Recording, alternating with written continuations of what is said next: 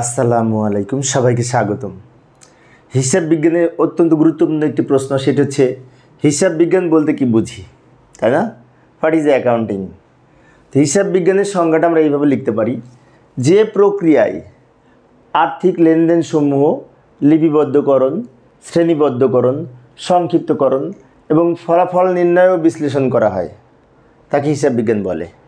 অর্থাৎ হিসাব বিজ্ঞান একটি প্রক্রিয়া যার মাধ্যমে লেনদেন লিপিবদ্ধ করা মানে লেখা যায়, শ্রেণীবদ্ধকরণ করা যায়, সংক্ষিপ্তকরণ করা যায়, ফলাফল নির্ণয় করা যায় এবং বিশ্লেষণ করা যায়, তাকে হিসাব বিজ্ঞান বলে।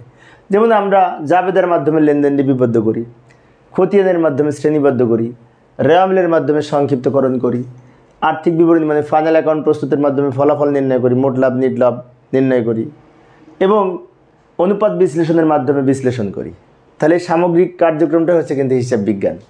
সেজন্য বলা হয়েছে যে প্রক্রিয়ায় আর্থিক লেনদেন সমূহ লিপিবদ্ধকরণ, শ্রেণীবদ্ধকরণ, সংক্ষিপ্তকরণ, ফলাফল নির্ণয় এবং বিশ্লেষণ করা হয় তাকে হিসাব বিজ্ঞান বলা হয়। আর একটু লিখতে পারি, হিসাব বিজ্ঞান এমন একটি প্রক্রিয়া যার মাধ্যমে ব্যক্তি বা প্রতিষ্ঠানের আর্থিক কার্যাবলীর বিভিন্ন হিসাবসমূহ সুস্পষ্টভাবে লিপিবদ্ধ করা হয় এবং আর্থিক কার্যাবলীর ফলাফল নির্ণয় করা হয়।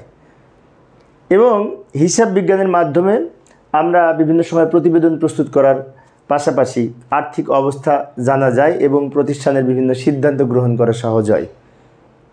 অর্থাৎ হিসাব বিজ্ঞান বর্তমানে একটি তথ্য ব্যবস্থাপনা হিসেবে পরিচিত, কারণ হিসাব বিজ্ঞান থেকে আমরা অনেক তথ্য পাই, তাই না?